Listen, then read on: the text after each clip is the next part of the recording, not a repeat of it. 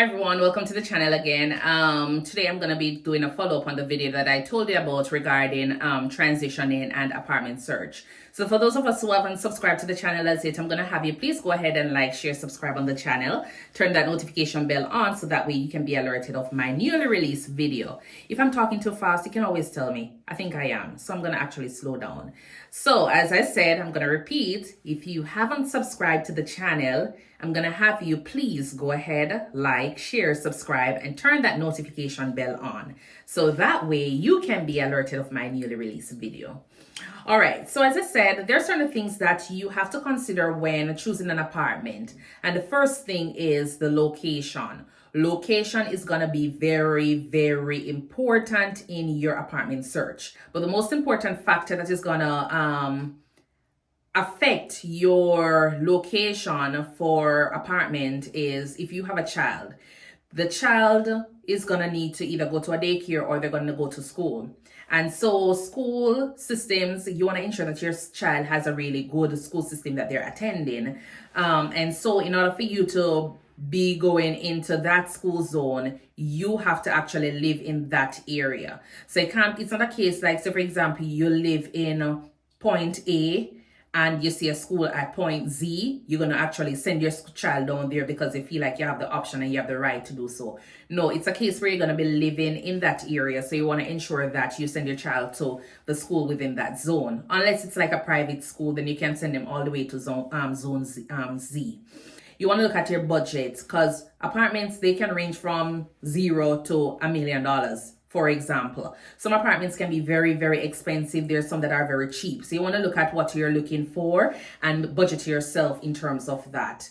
Amenities. So you want to ensure that as a transitional person, coming here, you're not going to basically have anything at the initial, unless you're having a lot of money and you want to decide that you're going to buy a washer, dryer, fridge, stove, and everything and get a empty apartment and furnish it. But for the most part, amenities are included in a lot of apartments. So you'll have like a gym, you'll have a little playground, you might have a fridge, washer that is already available or on the compound that is available to you once you sign up and you're living at that place. So you want to look at those and what is important to you, you go ahead and select your apartment based on that. So the leasing terms is going to be very important because there's some lease that are like month to month and there's some that are yearly, 18 months. So it depends.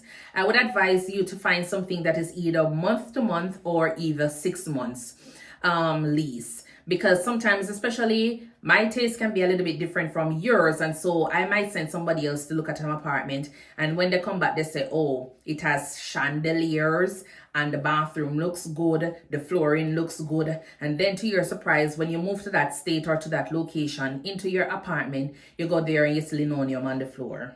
So you want to ensure that the leasing terms is going to be something that, if, so for example, when you reach that place, you're not comfortable, you can pack up your things and go. Because I always tell people, ensure that you have somewhere comfortable to go after you leave work. Because as a transitional person and not having family members here, not much friends, it's going to be difficult. It's going to be hard. You're going to be in a state of culture shock to the point where sometimes you might feel so much alone that you just want to stay in your bed. And if you don't have a place that is going to be, looking good, comfortable, for you, then that is going to be a problem. So ensure that your leasing terms, it's something that is going to be easy for you to actually get out of. If in the event that you show up to the apartment and it's not to your liking, you can be like, hey, I'm heading out.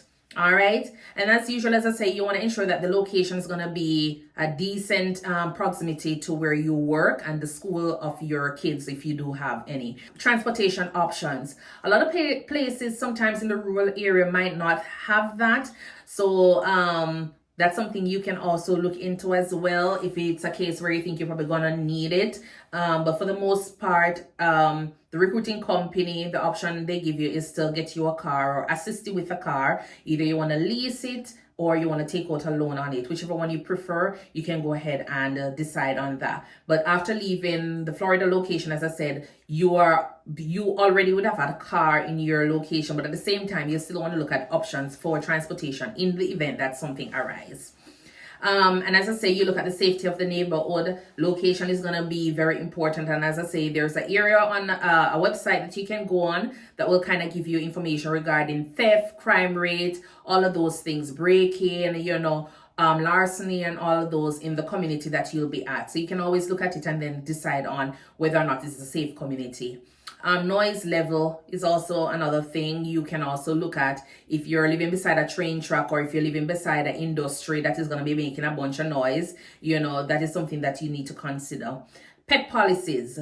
So a lot of places, they might or might not allow pets. So depending on if you're into pets, that's something. But at the same time, try and find out from the landlord as well if they're going to change a carpet in those places, because sometimes you might go to the place and the previous tenant had a dog or a cat and it's a bunch of hair all over the place. If you love to deal with animals, that's fine. But if not, you probably want to think about getting those carpets removed before you actually move in. And the overall apartment condition. Go down to the reviews and see if the person who is doing the leasing the apartment, if it's a case where they have 5-star, 1-star, or no star. Because you can know the ones that don't have any star, there's a star there because you have to put a star there to make the comment.